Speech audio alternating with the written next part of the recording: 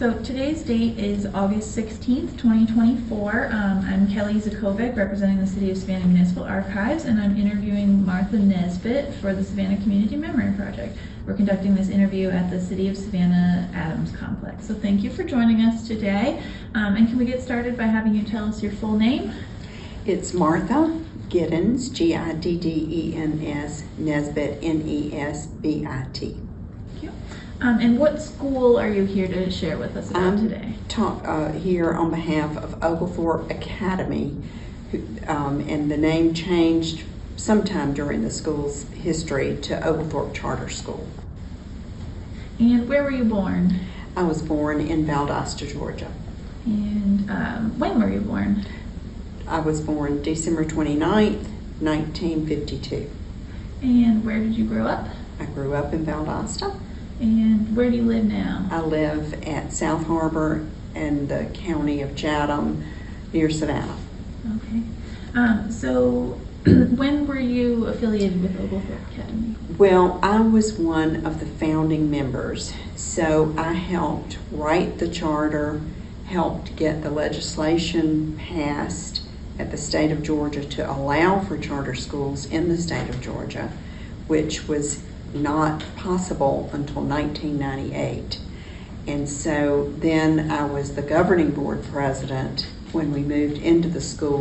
We opened in August of 1999, and we were there until 2012.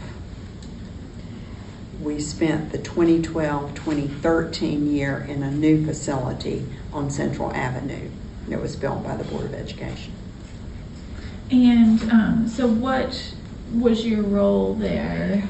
Well, for the first 2 years, I was governing board president, and then I came on board as program director and then director of instruction.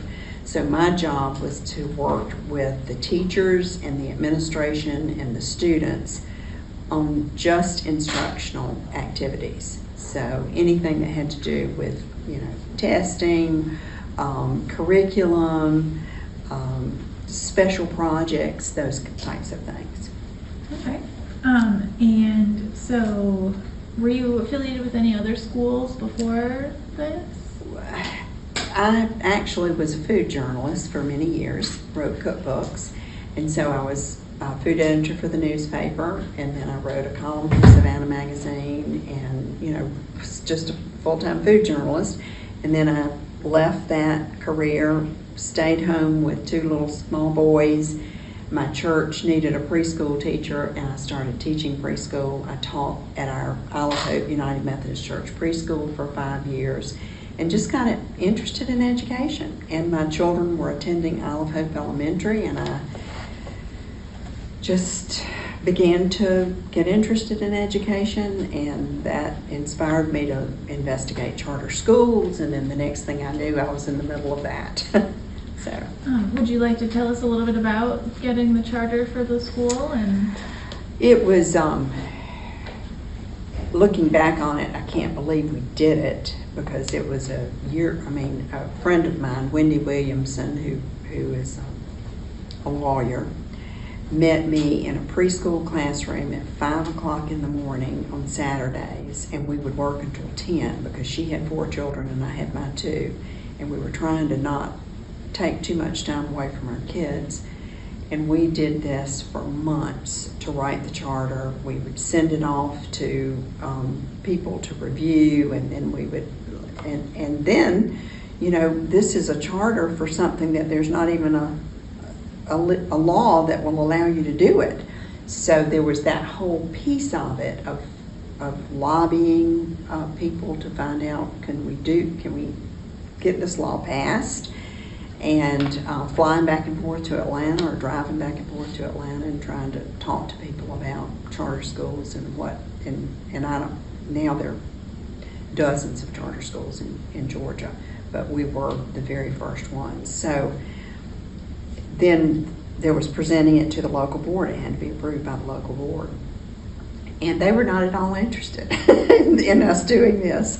And so that began a whole nother lobbying phase of meeting with them on a regular basis. Virginia Edwards was just here. She was the superintendent at the time, and trying to convince people that we were not doing something that was not going to hurt the district. We were going to do something that would help the district.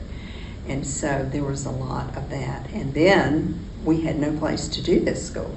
It was a startup school, which meant that there were no students yet, and there were no teachers yet. And so all of that had to be done. We interviewed teachers in the back of somebody's insurance agency. I remember that. And then we had to get students. And so we set up a table at the expo at the Civic Center. And we were shocked that there was a line out of the door for information about this new charter school. And so we saw that there was interest in the community, and that people wanted this to happen. So, it was too late to quit. We had to keep plowing ahead. And we did finally have a vote on whether or not we could start the charter school. And it was a 5-4 vote. So it was not a slam dunk by any means. And in fact, it was 4-4. And the chairman had to cast the deciding vote. And so that was really a big deal. And our group erupted in applause. And then I thought, where are we going to have this? And who's going to teach? And they told us at that point that we would be given the old Pearl E. Smith School. So I can remember after that board meeting driving over to the parking lot and sitting there and looking at that little school and envisioning all the people who had supported us all these many months bringing their children there. And I put my head on the steering wheel and just sobbed, because I thought this will just never work. I mean, it was in such dilapidated condition at the time. But, people are amazing, and we had a cadre of volunteers who stepped up to the plate. We had, I assumed that it would be a furnished school, but lo and behold, they took all the furniture out, and so it was an empty school in bad shape. There was the original part of the school, and then there was a long breezeway that had some sort of plastic covering that just, was very inadequate. It wasn't like a real roof. And then there was an addition to the school. And our volunteers got in there and just did what they could. Somebody helped us with a grant from Governor Roy Barnes to make improvements to the roof. And we opened, that was in June, and we were ready in August. So it was really quick. And we did go up to the 4th floor of the Savannah Arts Academy and got furniture that was in storage, and the board delivered it and put it all out on the lawn of the Pearl Smith School out on the playground. And our volunteers got out there and scraped off all the gum and the pigeon poop that had accumulated because the 4th floor windows had been left open all these years and birds had been all in there and everything. And we set those desks up and had school. And we hired teachers, and we had the most amazing parental support that you could possibly imagine. People were so eager to help and did everything from work in the library to serve lunch. Just amazing group of people that made the school work. So that was how it all kind of came to be. You said there was some resistance. What was the resistance? The resistance was just that it was something new and had never been done in Georgia. And there was the opinion that the money, if you gave money to a charter school, you were taking money away from something else. And our point was that it wasn't anybody's money but the child's anyway. And so whether or not they got the money in this chair or this chair did not matter. That it was it's a per student money. So we just stayed true to that opinion, and so, but there were a lot. I can remember our principal showing up to a principal's meeting that was called by the administration of the school district, and she was barred from coming in, just told that she was not part of the group because she was a principal at a charter school. So there was a lot of resistance, and there was the rumor that we took all the best students, and the charter law required that the only way you could have students was to select them by lottery. So you had to have a time when they applied, and then names were drawn out of a hat. We had a drum actually, and we did it in public. The parents were free to come watch. So there were, we knew that was not true. We took anybody that had applied that were the first ones on the list. But we did, at one point, we had 500 children on the waiting list. So it was select in that your number was selected, but not that there were not criteria to get into the school. So there were just a lot of things that were said that simply were not true, but we plowed ahead, and the school's doing well. How many students went there when it first opened? When it first opened, we just opened with 6th grade and 7th grade. And there were maybe 130 or 40 students that first year.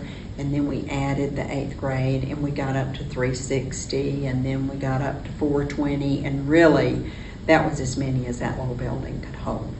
And so there was no way to go any higher than that without overcrowding the classrooms. So the board, after about 10 years, voted to build they have a beautiful new building now on Central Avenue. So was it 6th, 7th, and 8th grade? Mm-hmm. Right, it was a traditional middle school. And where did the students typically go after they graduated from? Well, when you entered your 8th grade year, we began to groom you about high school. Where were you going to go? What were you going to do? And we took students on field trips to all of the different programs in town. We would go to Savannah Arts, we would go to Savannah Early College, we would go to Jenkins Engineering Magnet. Anywhere where they wanted to go see, we would organize a field trip and take them there, let the counselor tell them about the program.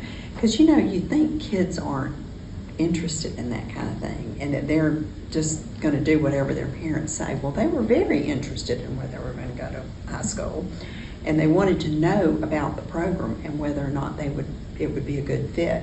And it also helped them to see the facility and to see other kids. We would visit classrooms, and they would get to see, were these the kind of kids that I could see myself, being in high school with. So that was, and it was, I would say about 20% went to Savannah Arts, but we had a number of students chose the early college program because your senior year you got to go to Savannah State, and you did not have to pay to go to Savannah State. It was a Bill and Melinda Gates program, and so it was funded by them, and so you could get college credit and you weren't paying for it. So that was very appealing to some of our students and to their families, so that was another very popular program. But they went everywhere. I mean, we had students at just about every single high school.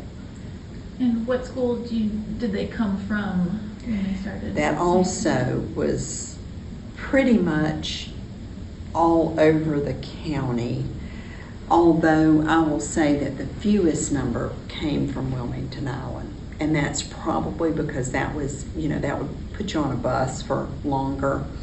And so I think just and plus I think parents had other options. It depended on what their options were for middle grades as to whether or not they were interested in coming to a charter school. So other than Wilmington, was there any area that students tended to live geographically?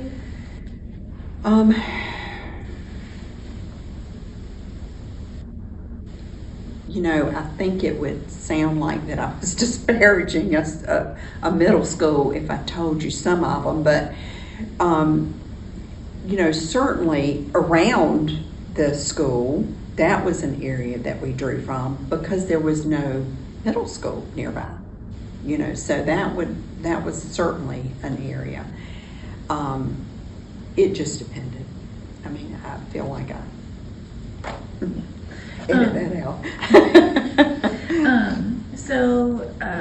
Who were some of the teachers that you remember at the school that we should know about? I mean, I remember every teacher. They were extraordinary, and my job was to visit all the classrooms as much as possible. And I loved to go in the classrooms and see them teach. They were so creative, and I loved the way that they took an assignment and, so say the teaching objective was organization and how to write a paragraph and this kind of thing. Well, I can think of one specific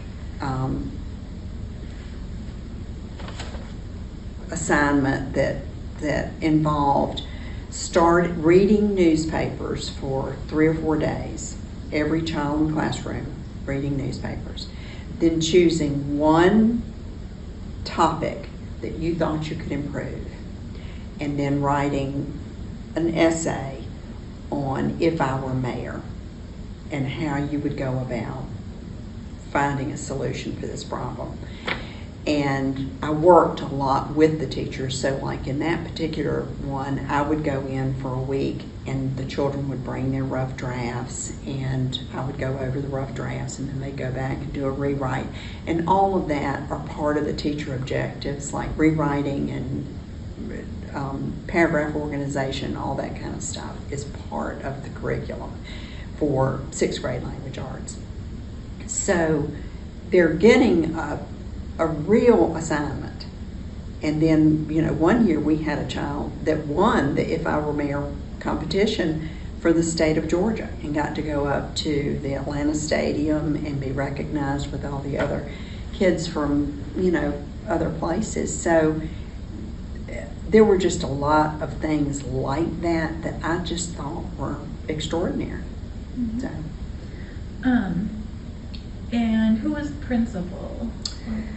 We have had several principals. The very first principal was Jackie Rossworm. The second principal was Susan Gingrich Off, and then Jeff Cheney, and then Kevin Wall has been the principal for several years and continues to be the principal. And what superintendents were important to the school? Well, Virginia Edwards was the superintendent when the charter was approved. And O'Sullivan, and I'm forgetting his name, O'Sullivan. And then Thomas Lockamy was a superintendent for several years. Were there any important leaders in the school? The governing board was very important for a number of years and probably still is. I've been retired for 10 years, so I'm kind of out of the loop at this point. And there were a number of community leaders. I would hate to mention anybody because I would probably overlook somebody that was terribly significant. But we had governing board leaders, bankers. I can remember a judge. There are just, but then you just had people who were just everyday folks, and so you could be on the governing board in helping make decisions for the school. You didn't have to have a prestigious job to do it, but we did have a number of people who were. Were there any students that made a really big impact on you that you'd like to shout out? Well, this past year was our 25th year of opening the school. And so on my Facebook page, I asked students who would like to tell about Oglethorpe to respond to my Facebook page and tell me about their life, tell me about their careers, and you know, but I didn't want to solicit them. I wanted them to want to do it.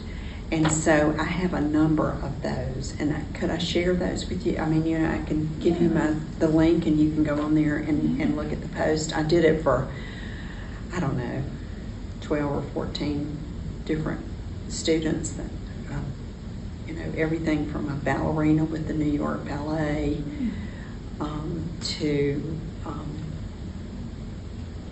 a children's book author. I mean, you know, just all sorts of kids. Yeah. So why would you say that the school was important?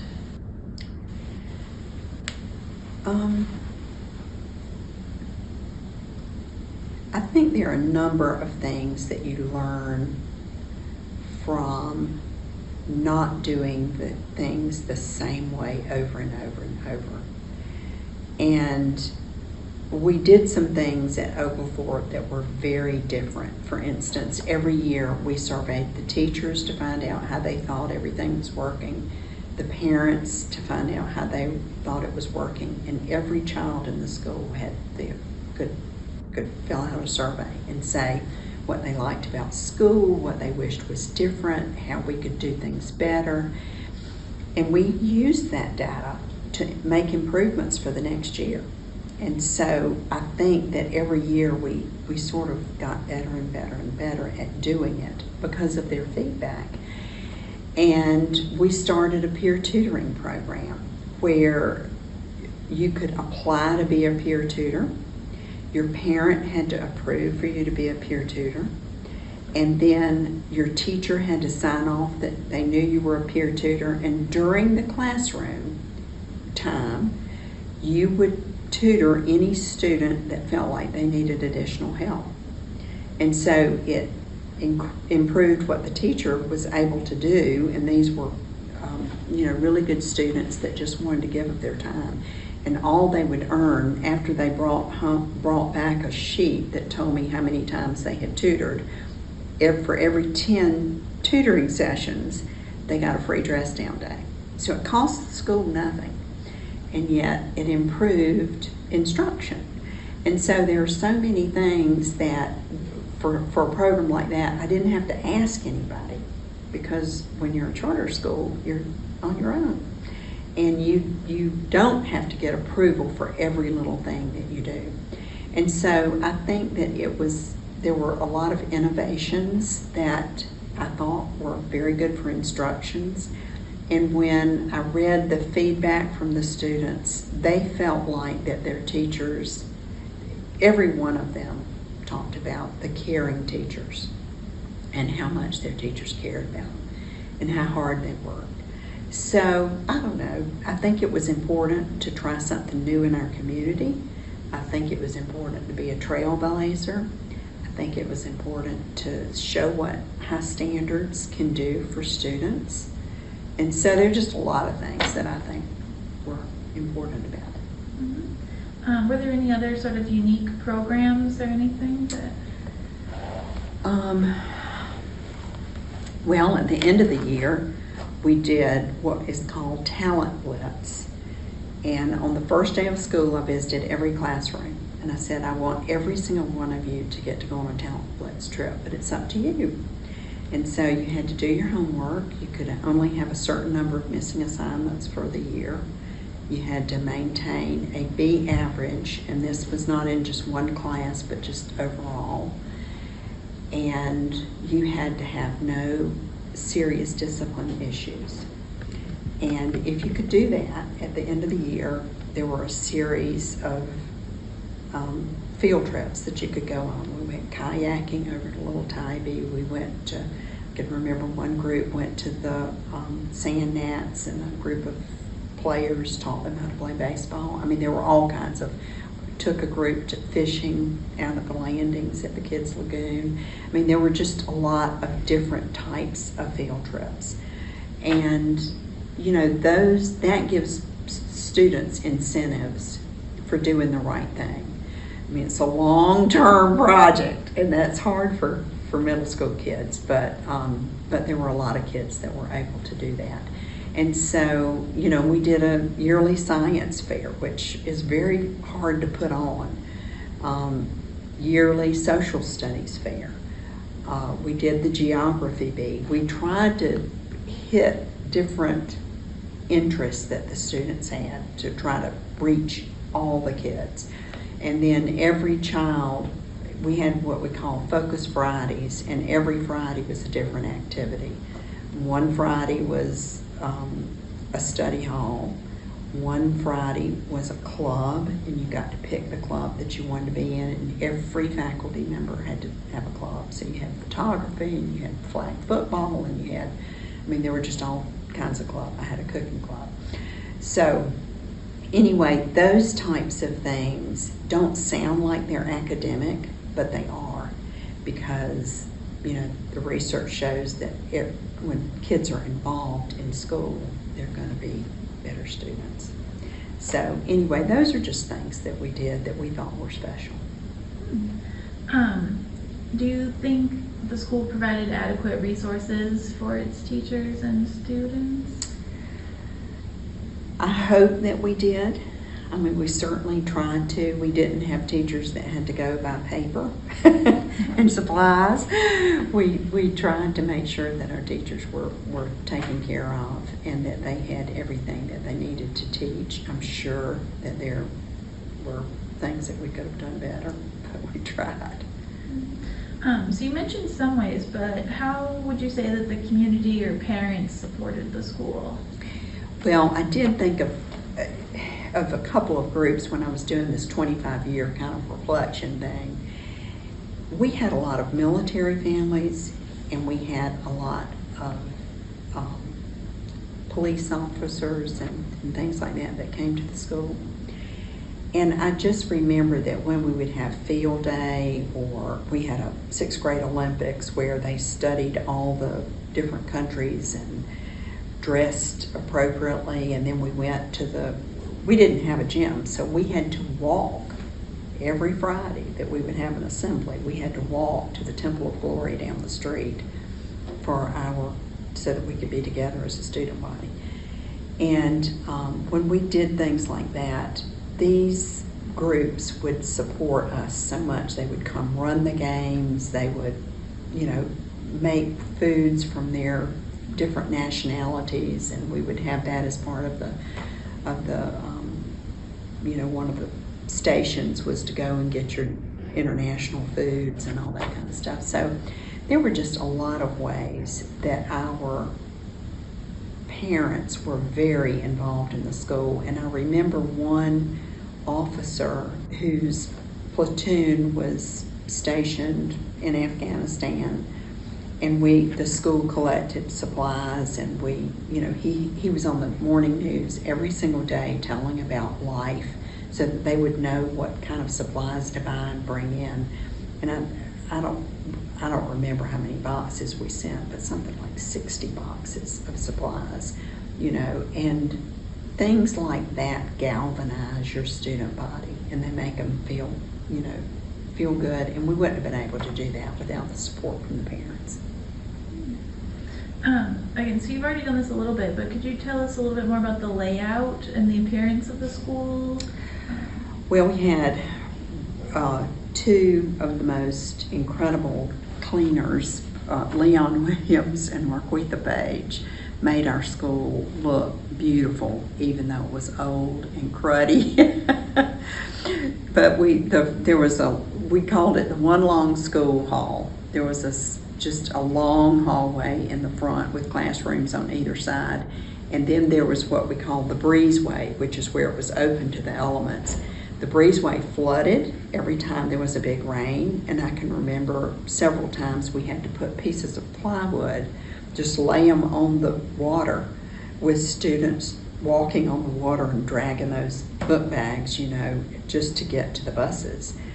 And we were overrun with ants, so there was that part of the school that was not so good. You'd open your car door and there would just be a cajillion ants in there. We think there were just tunnels underneath the property. But those were just things that we dealt with. And nobody ever complained. It was amazing to me that we lived in this old building and that people were so good-natured about it. And then the original part of the school was 4 classrooms with a giant area in the middle. And we were told that those 4 classrooms were the original classrooms, and that as many as 70 children were in those classrooms. And when we were there, we didn't have the 25, and it was pretty crowded. So I can't imagine 3 times that many students in there. Can you tell us what a typical school day was, or what time did it start? Did kids rotate classes? We did 7 rotations. We rotated 7 times. So we had a lot of movement, but that was because we separated language arts and reading into 2 separate classes, and we separated the math into the algebraic parts of math and the geometry. So every child had double math and double language arts, and then social studies and science, and then what we called a related art, which was either art or band or PE or whatever. So anyway, school started early, 7:15. We would be there, and it was out at 3. Was there a dress code? Yes, we wore uniforms. What were your colors? Burgundy and khaki. Was there a mascot? Yes, the Titan, and the kids picked it. Can you tell us about the cafeteria and what kind of food kids ate? The cafeteria you couldn't cook in it. So all the food had to be brought in. So it was whatever was brought in. And kids at middle school are notoriously picky, and a lot of times I felt really bad because I felt like there was a lot of wasted food, but they just don't eat. And then they would throw a perfectly good apple away and go and get something out of a vending machine. So, and I wanted no vending machines, but they were there because they were money makers. So was there a playground?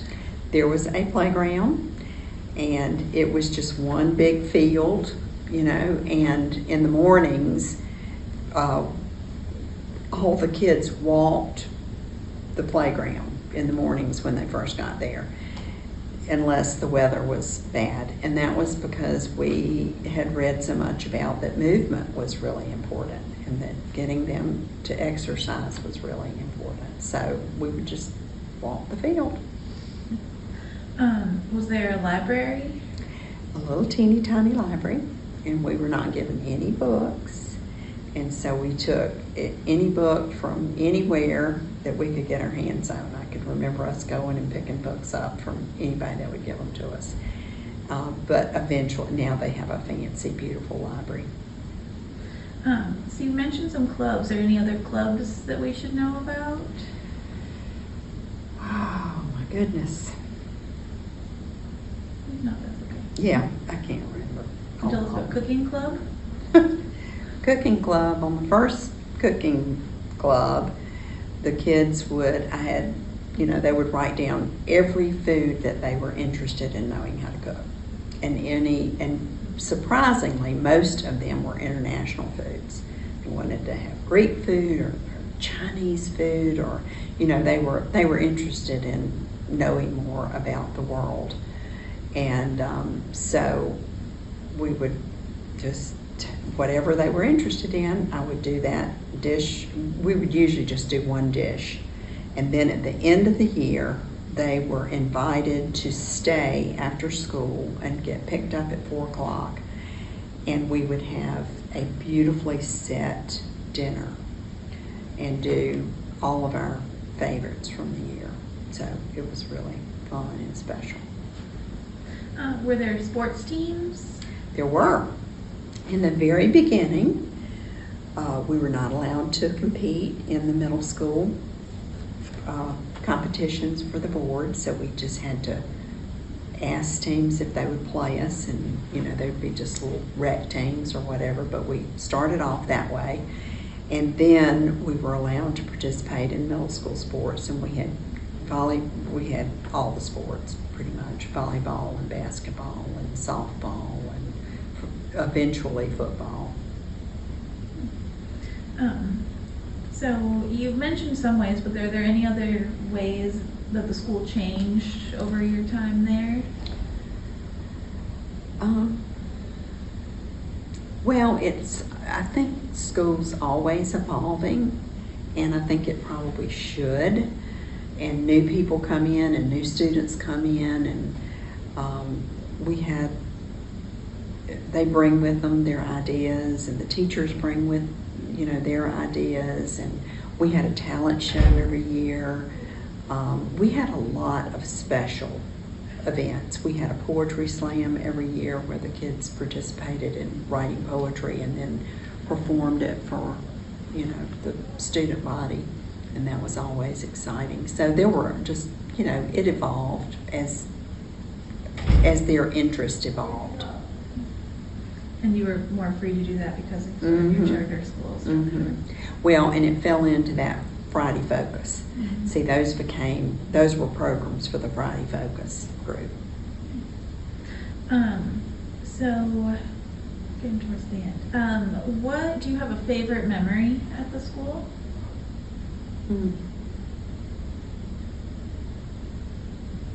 Gosh.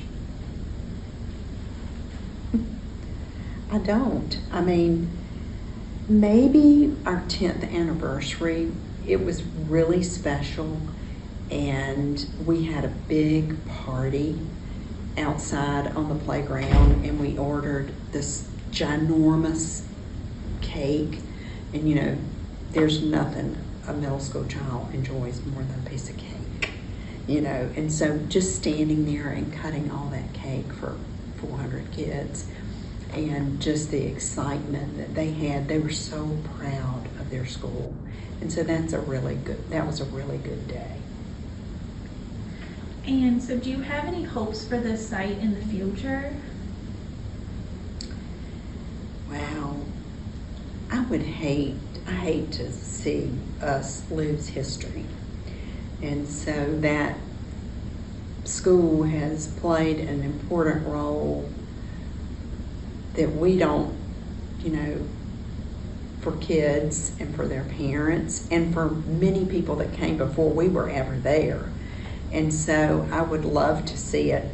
I mean, I just went to Greenville, Tennessee for something, and someone had restored a schoolhouse and had all the books that they would have used and all that kind of stuff. And you think about, could it be something that people visit? Could it be restored in such a way that could be useful? I don't know. And we had a beautiful oak tree, and it had to come down. That was probably the saddest memory, is when that oak tree came down. We all went outside and circled up and held hands and watched them cut it down. But it got diseased. We had an arborist come, and it would have fallen and hurt somebody, so we had to take it down. But so that really changed the looks of things, because when you've got a gorgeous oak tree on your property and then it comes down, it doesn't look the same. But so I don't know. I'd love for somebody to come up with ideas. That would be another really good project to give to kids, is to let them come up with the ideas for what Oglethorpe could be. I think all of our best ideas came from kids. So So my last question, really, is there anything else that we should know about Oglethorpe that we haven't talked about? You know, I forgot about this. There was, the state organized a bus tour of state charter schools. Kind of, I don't know, 5 or 6 years after charter schools were started. And so there were not as many as there are now. And Oglethorpe was on that list. And of course, we were by far the worst building, I'm sure, in the state. And so we just set up a tent outside and had all of the events outside. And we had we had senators and just legislators and educators and all kinds of people who wanted to know more about charter schools. And they visited classrooms, and the kids took them on tours, and we practiced all this stuff. And that was a really fun, exciting day too. And just thinking about that, that was really good for our city, and that was really good for our kids to participate in something like that. Anything else? Nope. Okay, well, thank you so much. Okay, well, thank you.